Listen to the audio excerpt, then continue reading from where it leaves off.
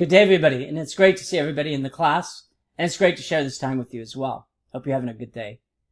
Today we want to talk a little bit about succession planning, which has been the focus of what we've been talking about. It's actually quite an interesting subject.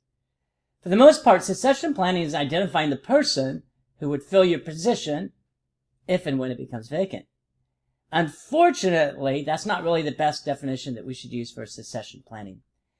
Too often, people use succession planning to identify the next job that they want. For instance, Jim's going to leave and I want Jim's job, so we should have succession planning in our organization so that I can get Jim's job when he leaves. Instead, what we view succession planning as today is, if somebody was to leave, what duties and tasks do they currently do that it is imperative that the organization have done in the future? So in the case of Jim again, if Jim was to leave today, what duties and tasks does Jim have that absolutely need to be done? And who can do those duties? So it may be the entirety of his job needs to be done, or it may just be that there are certain duties that need to be done that now that Jim is not here anymore. So it's quite a marked difference from what people anticipate succession planning is to how it's actually being utilized in the workplace today. So what are some of the most important tasks? And how do you identify what tasks that are available to be done when somebody leaves? Well, you look at the impact of the organization. So if that task was not done, what would happen to the organization? The more of those tasks that pile up, then they may turn into actually having to replace the entire job or have somebody fill that entire job. And that's the key. So you look at the duties and the tasks that need to be completed, and then you either determine if that's a complete job and you need to hire somebody in that place, or you identify prior to that person leaving who can do those jobs. Once you identify who can do those jobs, your next step is to train that individual to perform those tasks.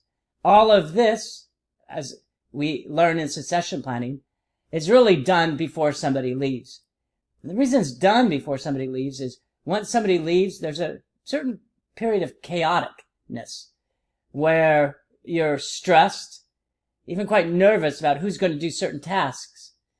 And so what succession planning allows you to do is to identify those in advance, determine who can do them, train them to do it, so that when that eventuality occurs, it's what we would call seamless. So identify the person who has the ability, maybe even the time, train them on how to do these new tasks, and then if and when those tasks need to be done, they can step in and do it.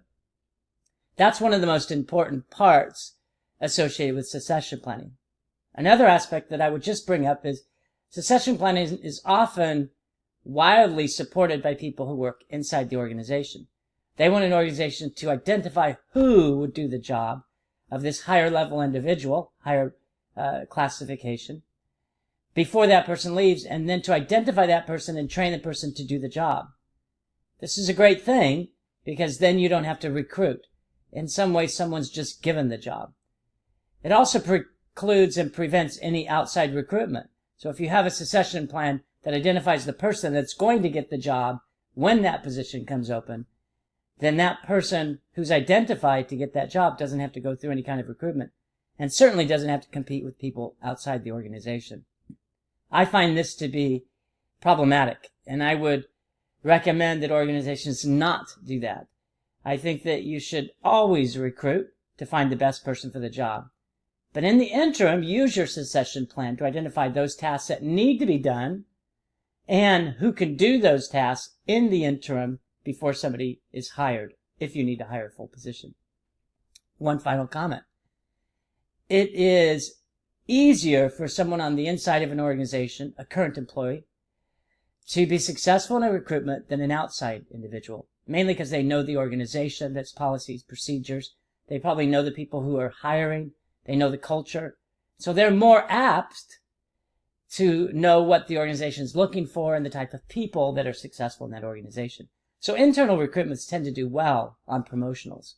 And that's why you should not preclude people from the outside from at least interviewing. You may, in certain instances, find somebody that's the best person for the job. And in the organization, Whenever we hire the right person for the job, all of us benefit. Because if the talent doesn't work for your organization, it's going to work for somebody else. And you certainly don't want them to work for your competitor. There's a little bit about succession planning. We'll certainly have more of these videos. Hope you enjoyed them. And I look forward to chatting with you, of course, in the future. Enjoy the day, everyone.